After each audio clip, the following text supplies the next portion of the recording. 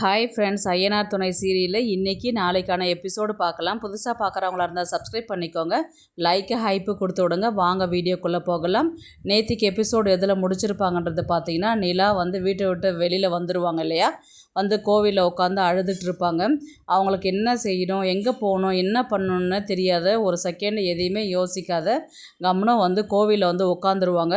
உட்காந்துட்டு வந்து பழசு எல்லாமே நினச்சி பார்ப்பாங்க. நம்ம எப்படி வீட்டை விட்டு வந்தோம், என்ன பிரச்சனையாச்சு, எப்படி நம்ம சோழனை சந்தித்தோம், சோழன் வந்து நம்மக்கிட்ட எப்படி பேசி நம்மளுடைய முடிவை அவர் தெரிஞ்சுக்கிட்டாரு, இன்ஸ்பெக்டர் வந்து என்ன பேசினார், அவங்க அப்பா என்ன பேசினார், எல்லாத்தையுமே வந்து யோசித்து பார்த்துக்கிட்டே வந்து அழுதுகிட்டே இருக்கிறாங்க.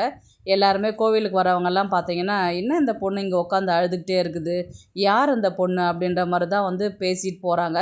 இவங்க அதை பற்றிலாம் எதுவுமே கவலைப்படாத உட்காந்து அழுதுகிட்டே இருக்கிறாங்க. நேற்றுக்கு எபிசோடில் நம்ம என்ன சொல்லியிருப்போம், இவங்க வானதி வருவாங்க, நிலாவை கூட்டிகிட்டு போவாங்க அப்படின்ற மாதிரி தான் வந்து கதையை முடிச்சிருப்போம். ஆனால் அந்த மாதிரி நடக்கலை. இப்போ வந்து இவங்க நிலா வந்து பார்த்திங்கன்னா திவ்யாவுக்கு கால் பண்ணி திவ்யா கிட்ட தான் வந்து பேசுகிறாங்க. பேசிக்கிட்டு அழுதுகிட்டே இருக்கிறாங்க. என்னாடி ஆச்சு, என்ன நயத்தில் நல்லா பேசிக்கிட்டு இருந்தேன், இன்றைக்கி ஏண்டி அழுதுகிட்டு இருக்கிற, என்ன பிரச்சனை உனக்கு அப்படின்னு சொல்லிட்டு கேட்கும்போது, நிலா வந்து நான் வீட்டை விட்டு வந்துட்டேன் அப்படின்னு சொல்லுவாங்க. என்ன வீட்டை விட்டு வந்துட்டியா, இப்போ நீ எங்கே இருக்கிற நீ அப்படின்னு கேட்டதுக்கு, இல்லை பஸ் ஸ்டாண்ட்லேருந்து ஒரு 10 நிமிஷம் வர மாதிரி இருக்கிற கோவில் பக்கத்தில் தான் இருக்கிறேன் நான். சரி நீ அங்கேயே இரு, எதையுமே யோசிக்காத, நான் உடனே வரேன் நான் அப்படின்னு சொல்லிட்டு உடனே வானதி வந்து அந்த பையனை பற்றிலாம் விசாரிச்சிங்களான்னு கேட்டதுக்கு, என்னய்யா இவ இப்படி பேசுகிறா அப்படின்னு கேட்டதுக்கு, உடனே வானதி அப்பா வந்து, ஏமா நல்லாதாம்மா விசாரிச்சிட்டா, நீ லவ் பண்ணுறல்ல, அந்த பையனை விட மெக்கானிக்கை விட இவன் நல்ல பையன்தான், ரொம்ப சம்பாதிக்கிறான், நல்லா இருக்கிறான், நல்ல குடும்பம்தான், அப்படி அதனால் எல்லாமே ரொம்ப நல்ல பையனாக தான் விசாரித்து வச்சுருக்கிறேன். எதுக்கடி இப்போ இதை கேட்டுன்னு உட்காந்து என்னடி யோசிச்சுட்டு உட்காந்துக்கிறேன்னு கேட்டதுக்கு, இல்லை நல்ல பையனான்னு விசாரிச்சிங்களான்னு தான் கேட்டேன் நான், எல்லாம் தான் விசாரித்து தான் வச்சுருக்குறாங்க, நீ தேவையில்லாதெல்லாம் எதையும் குழப்பம் பண்ணின்னு யோசிச்சுன்னுலாம் இருக்காத, இப்போ இருக்கிற வேலையை போய் பாரு அப்படின்னு சொல்லிட்டு சொன்ன உடனே இவங்க எழுந்து உள்ளார போயிட்டு, இன்னும் இவங்க இப்போ எனக்கு கல்யாணம் வேணான்னு சொன்னால் என்னை எல்லாருமே போட்டு செருப்படி அடிப்பாங்க போல், எனக்கு ரொம்பவே பயமாக இருக்குது, இது எப்படி இதாக இப்போ நான் இது தடுக்கிறதுன்னு சொல்லிட்டு பாண்டியனுக்கு அன்பிளாக் பண்ணுறாங்க. நம்ம அன்பிளாக் பண்ணி பார்த்தாக்கா அவன் கால் பண்ணுறானா இல்லைன்றது தெரியும், ஏன்னா ஒரு வாரமாக நம்ம பிளாக் பண்ணி வச்சுருக்கிறோமே அப்படின்னு சொல்லிட்டு அன்பிளாக் பண்ணாக காலும் வராது, மெசேஜும் வராது. உடனே வந்து கால் பண்ணுவாங்க, ஒரு முறைக்கு 3 முறை கால் பண்ணுவாங்க, கால் எடுக்க மாட்டார் பாண்டியன். உடனே சேரன், யாரடா கால் பண்ணிட்டு இருக்கிறதுன்னு, இல்லை வண்டி கொடுத்தவங்க வண்டி ரெடி ஆயிடுச்சுன்னு கேட்டாங்க, அப்படியா அப்படின்னு சொல்லிட்டு சொல்லுவாங்க. உடனே வந்து நடேசன் வந்து, இந்த வீடு நாசமாக போச்சு, அந்த பொண்ணு இருந்த வரலையும் வீட்டில் நிம்மதியும் சந்தோஷமாக இருந்துச்சு, இனி அது திரும்பி வரவும் போகிறது கிடையாது அப்படின்னு சொன்ன அடுத்த செகண்டு பாண்டியன் வந்து, டைவர்ஸ் தானே பண்ணிட்டு போயிட்டாங்க, திரும்பி வரணுன்றது இருந்தால் கண்டிப்பாக வருவாங்க, ஒரே அடியெல்லாம் விட்டுட்டு போகல அப்படின்ற மாதிரி தான் பாண்டியன் சொன்னதுக்கு, நடத்துங்கடா உங்கள் இஷ்டத்துக்கும் அப்படின்ற மாதிரி நடேசனை வந்து பேசிட்டு விடுவார். திவ்யா உடனே கோவிலுக்கு வருவாங்க. நிலா வந்து அழுதுகிட்டே இருப்பாங்க. சரி இப்போ இங்கே எதுவும் பேசிக்க வேண்டாம், நம்ம நேராக ஹாஸ்டலுக்கு போயிடலாம் வா அப்படின்னு சொல்லிட்டு அங்கேருந்து கிளம்பி போவாங்க. கிளம்பி போயிட்ட உடனே என்னடி ஆச்சு, என்ன பிரச்சனை அப்படின்னு சொல்லி கேட்டதுக்கு, இந்த மாதிரி நான் சோழனை டைவர்ஸ் பண்ணிட்டேன்டி அப்படின்னு சொன்னதுக்கு, என்னது டைவர்ஸ் பண்ணிட்டியா, கல்யாணம் நடந்த அத்தனை விஷயத்தையுமே வந்து எல்லாத்தையுமே சொல்லிட்டு என்னை இப்படி ஏமாற்றிட்டார், நான் அவர் கூட வாழணும்னு ஆசைப்பட்டேன், ஆனால் அவர் என்னை இப்படி ஏமாற்றுவார்னு நினச்சி கூட பார்க்கவே இல்லை அப்படின்னு சொல்லிட்டு அழும்போது, ஒரு செகண்டில் வந்து பார்த்திங்கன்னா பல்லவன் வந்து கால் பண்ணுவார். பல்லவன் தான் கால் பண்ணுறான், ஒரு நிமிஷம் இரு திவ்யான்னு சொல்லிட்டு கால் பண்ணதுக்கு, என்ன பல்லவா நான் இங்கே வந்து ரீச் ஆகிட்டேன், நீ வீட்டுக்கு போயிட்டே பத்திரமா அப்படின்னு சொல்லி கேட்டதுக்கு, நான் வீட்டுக்கெலாம் வந்துட்டேன், நீ இது மாதிரி சோழன் அண்ணாக்கு வந்து ஆக்சிடெண்ட் ஆகிடுச்சு, அவர் ஹாஸ்பிட்டலில் தான் இருக்கிறாரு, உங்ககிட்ட எனக்கு சொல்லணும்னு தோணுச்சு, மனசு கேட்கல, அதனால தான் சொன்னேன் நான், இப்போ நீ எங்கே இருக்கிறேன்னா ஹாஸ்பிட்டல் தான் இருக்கிறேன், சரி நான் உடனே நான் வரேன் அப்படின்னு சொல்லிட்டு சொல்லும் போது, திவ்யா வந்து என்னடி ஆச்சு, இன்னாக்கு யாருக்கு அடிபட்டிருக்கு அப்படின்னு சொல்லி கேட்டதுக்கு, இந்த மாதிரி சோழனுக்கு ஆக்சிடென்ட் ஆகிடுச்சா, ஹாஸ்பிட்டலில் இருக்கிறாங்களா, நான் போய் பார்த்துட்டு வரேன் அப்படின்னு சொன்னதுக்கு, நீ மட்டும் தனியாக போகாத, நானும் கூட வரேன் வா அப்படின்னு சொல்லிட்டு சொல்கிறாங்க. 2 பேருமே கிளம்பி ஹாஸ்பிட்டலுக்கு போகிறாங்க.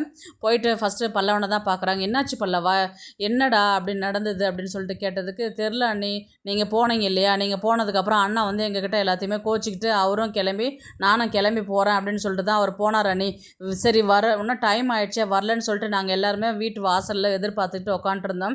சோழன் அண்ணாக்கு கால் பண்ணவும், அவரு கால் பண்ணுவார்னு பார்த்தோம், அவரும் கால் பண்ணல, நாங்கள் கால் பண்ணாவும் அவர் எடுக்கவும் இல்லை. சரி வருவார்னு பார்த்ததுக்கப்புறம் ஒரே ஒரு ஃபோன் ஒன்று வந்தது. அதில் வந்து பார்த்திங்கன்னா அண்ணனுக்கு ஆக்சிடென்ட் ஆகிடுச்சின்னு சொல்லிட்டு ஹாஸ்பிட்டலில் சேர்த்துருக்குறான்னு சொல்லிட்டு சொன்னாங்க.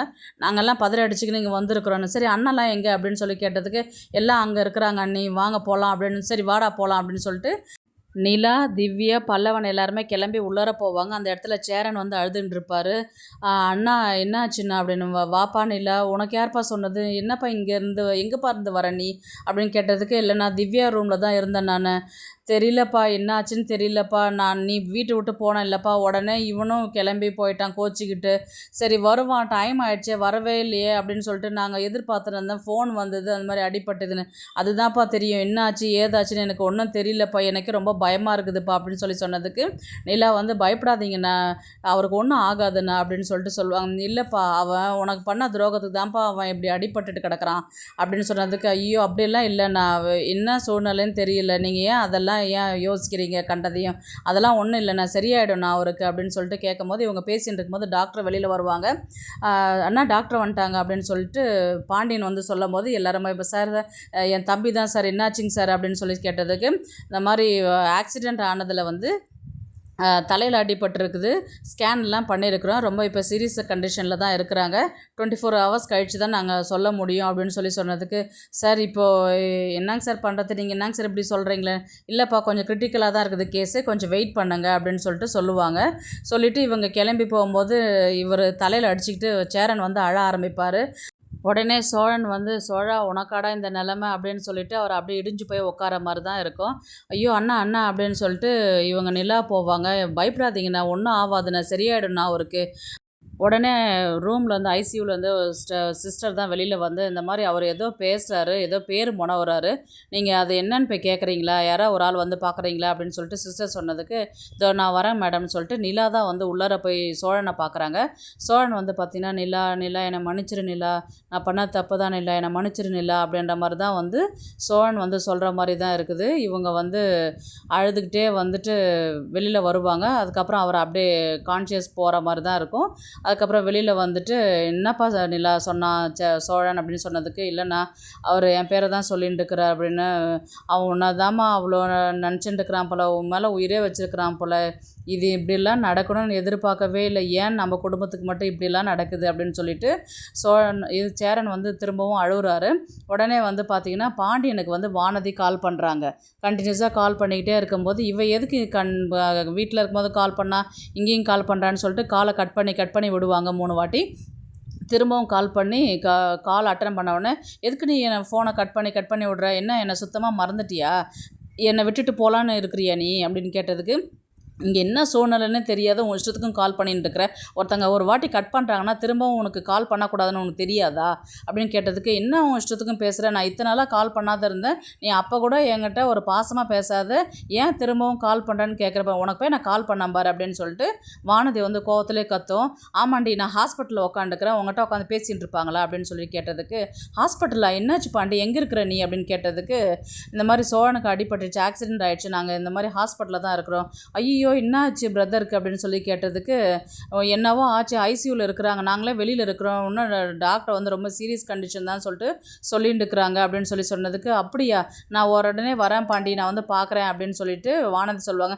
"ஏய், நீ இந்த நேரத்துலாம் வர தேவையில்ல, உங்கள் வீட்டில் திட்டுவாங்க, நீ தயவுசெய்து ஃபோனை வச்சுட்டு இருக்கிற வேலையை பாரு" அப்படின்ற மாதிரி தான் வந்து ஃபோனை அவர் கட் பண்ணிவிடுவார். வானதி வந்து உடனே வீட்டில் அவங்க இந்த மாதிரி, நான் வெளியில் போயிட்டு வரேன்" அப்படின்னு சொன்னதுக்கு, "ஏய் நில்லுடி, எங்கடி போகிற நீ?" அப்படின்னு சொல்லி கேட்டதுக்கு, "இல்லைம்மா, சோழனுக்கு வந்து அடிபட்டிருக்குதான், ஆக்சிடெண்ட் ஆகிடுச்சான், ஹாஸ்பிட்டலில் சேர்த்துருக்குறாங்களாம், நான் போய் பார்த்துட்டு வரேன்." "என்னாடி ஆட்டம் காட்டுறியா? அந்த குடும்பமே வேணான்னு சொல்லிட்டு தானே நம்ம வேறு ஒருத்தங்களுக்கு பார்த்து பேசி முடிவு பண்ணுறதுக்கு போகிறோம். இப்போ இவனுக்கு அடிபட்டுடுச்சு, அவனுக்கு அடிபட்டுடுச்சுன்னு சொல்லிட்டு பார்க்குறேன்னு சொல்லிட்டு போகிறேன். நைட் நேரத்தில் வெளியில் ஒரு பொண்ணு போவாள, அறிவில்லை உனக்கு, வேலையை உள்ளே போடி" அப்படின்னு சொல்லிட்டு வானதி அம்மா வந்து திட்டும்போது, "அம்மா உனக்கு அறிவு இல்லையா? ஒருத்தங்க அடிபட்டுருக்குதுன்னும் போது பார்க்குறது வந்து நான் என்ன போய் அங்கேயே கல்யாணம் பண்ணின்னு குடும்பம் நடத்தவா போகிறேன் நான்? சொல்லு பாப்பா, நான் போய் பார்த்துட்டு உடனே வருவேன், நான் வந்துடுவேன். அதுதான் வேறு ஒருத்தன் கல்யாணம் பண்ணிக்கிறேன் தானே நான் தானே சொன்னேன். இப்போ நான் கல்யாணம் பண்ணிக்குவா போகிறேன், நான் பார்க்க தானே போகிறேன், போய் பார்த்துட்டு வரேன் நான், ஒரு நிமிஷம் இரு, சும்மா கத்தின்னு இருக்காத நீ" அப்படின்ற மாதிரி வானதி வந்து சொல்லிட்டு கிளம்பி போகிறாங்க. "யோ பாரியா, இவ என்றைக்கும் திருந்தவே மாட்டேங்கிறா, இவளை வீட்டில் வளர்க்குறது வேஸ்ட்டுதையா" அப்படின்னு சொல்லிட்டு பேசினே இருப்பாங்க. வானதி கிளம்பி ஹாஸ்பிட்டலுக்கு போவாங்க. அப்படியே வந்து எபிசோடு முடிப்பாங்க. பார்க்கலாம் கதையை வந்து எப்படி எடுத்துகிட்டு போகிறாங்கன்றது. இந்த வீடியோ உங்களுக்கு பிடிச்சிருந்தா ப்ளீஸ் லைக் பண்ணுங்கள், ஷேர் பண்ணுங்கள், சப்ஸ்கிரைப் பண்ணுங்கள். தேங்க்ஸ் ஃபார் வாட்சிங். இந்த வீடியோ பிடிச்சிருந்தா லைக் பண்ணுங்க, நம்ம சேனலை சப்ஸ்கிரைப் பண்ணுங்க. உங்க ஆதரவு ரொம்ப முக்கியம். நன்றி.